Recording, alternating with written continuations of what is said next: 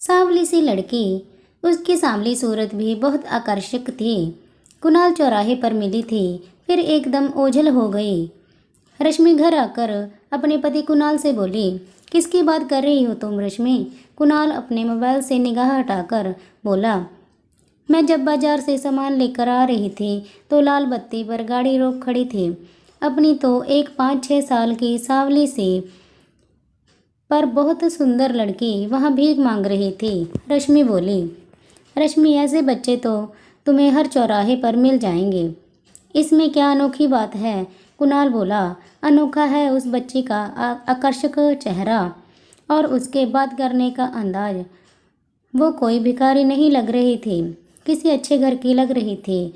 रश्मि बोली, हम कुछ लोग अब बच्चों का अपहरण कर लेते हैं और उनसे भीख मंगवाते हैं। कुणाल बोला, कुणाल हम उस बच्ची के लिए कुछ नहीं कर सकते क्या? रश्मि कुणाल के पास बैठते हुए बोली। जाग गया समाज सेवा का कीड़ा फिर से।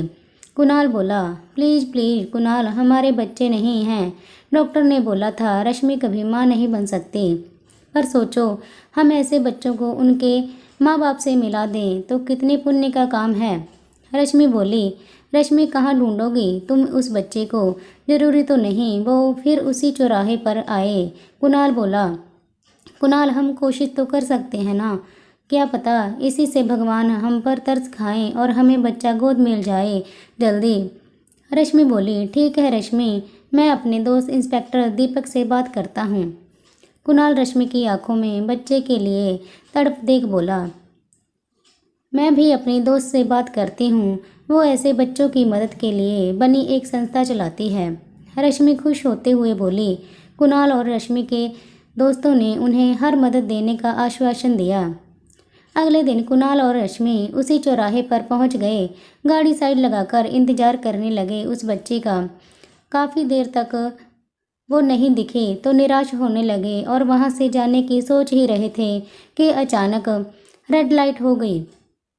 तभी किसी ने उनकी गाड़ी के शीशे पर दस्तक दी। अरे कुणाल देखो वही लड़की, रश्मि खुशी से चिल्लाई। सच में वो सांवली सी आकर्षक बच्ची थी। कुणाल ने शीशा खोला। भैया मैंने कल से खाना नहीं खाया, प्लीज़ मुझे कुछ पैसे दे दीजिए, मुझे भूख लगी है बहुत। बच्ची बोली, बेटा आपका नाम क्या है? रश्मि ने पूछा। दीदी मेरा नाम मिष्टी है। बच्ची बोली, तुम गाड़ी में आ जाओ, मैं तुम्हें भरपेट खाना दूंगी। रश्मि बोली।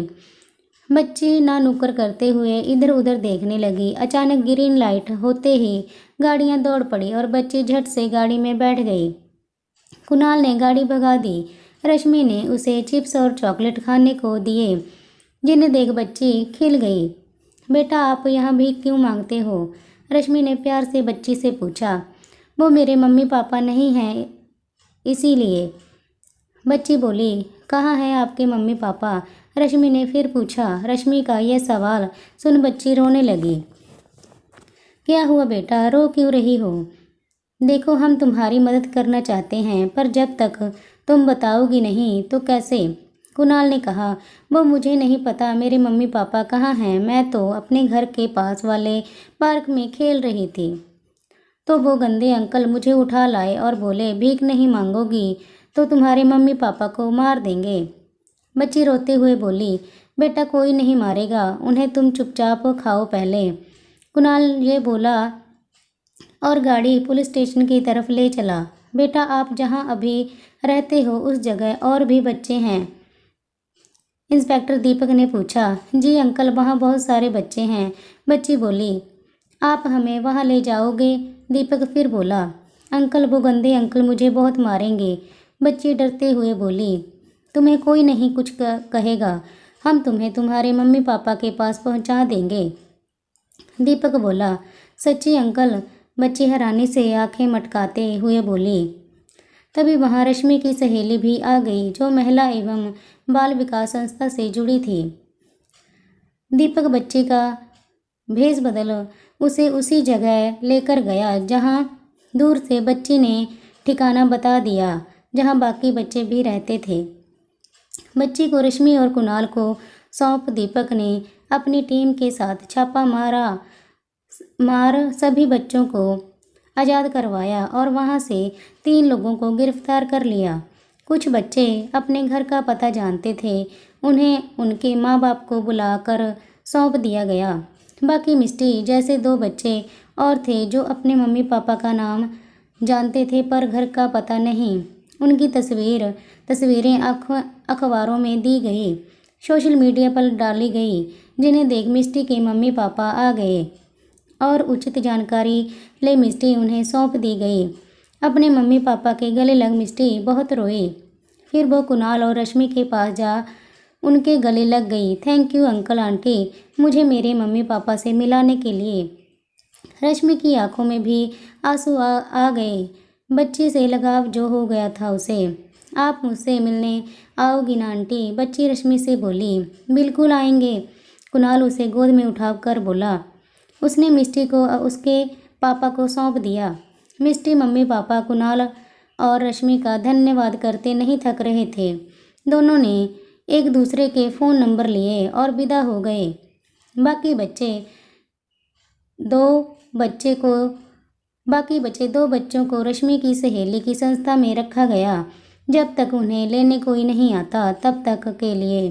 कुणाल कितना सुकून मिल रहा है आज बच्चों को उनके माँ बाप से मिलाकर। घर आकर रश्मि कुणाल से बोली, सही कहा रश्मि तुमने, पर मिष्टी के बिना घर सूना हो गया। कुणाल बोला, हाँ मिष्टी ने हमारे घर की कमी को कुछ वक्त के लिए ही सही पूरा तो किया और हमें माँ बाप वाली फीलिंग जीने का मौका दिया। रश्मि बोली। रश्मि और कुणाल की ज़िंदगी पहले की तरह चलने लगी, पर अब उसमें एक बदलाव था। रश्मि मिष्टी से रोज़ वीडियो कॉल पर बात करती और जितनी देर बात करती वो खुश रहती। रश्मि जल्दी आओ। एक शाम कुणाल ऑफिस से आकर बोला। क्या हुआ कुणाल? रश्मि रसोई से निकलती हुई बोली। रश्मि हमारे बच्चे को गोद लेने की अर्जी मंजूर हो गई। कल हमें बुलाया है उन्होंने बच्चा पसंद करने को। कुणाल खुश हो बोला। सच्ची कुणाल, अब हम भी माँ पापा बनेंगे। हम एक प्यारी सी गुड़िया लाएंगे मिष्टी की तरह। रश्मि बोली। बिल्कुल, ये मिष्टी के शुभ चरण ही तो हैं जो इतने वक्त का इंतज़ार ख़त्म हुआ। कुणाल बोला। अगले दिन दोनों ने आश्रम से एक सांवली सी प्यारी सी 2 साल की बच्ची गोद ली, जिसने उनकी सूनी जिंदगी रोशन कर दी। ऐसे कितने ही बच्चे हैं जिन्हें कुछ लोग लालच में अपने परिवारों से दूर कर देते हैं और यूं सड़क पर भीख मांगने को छोड़ देते हैं। अगर आपको कोई ऐसा बच्चा दिखे जो शक हो तो कम से कम पुलिस को एक फ़ोन तो घुमा ही दीजिए। क्या पता आपके कारण कोई बच्चा अपने परिवार से मिल जाए। क्या पता उनके माँ बाप की दुआएं आपके रुके काम को पूरा कर दें। फ्रेंड्स, अगर स्टोरी पसंद आई हो तो लाइक कीजिए, शेयर कीजिए एंड सब्सक्राइब कीजिए और कमेंट बॉक्स में बताइए आपको ये कहानी कैसी लगी। धन्यवाद।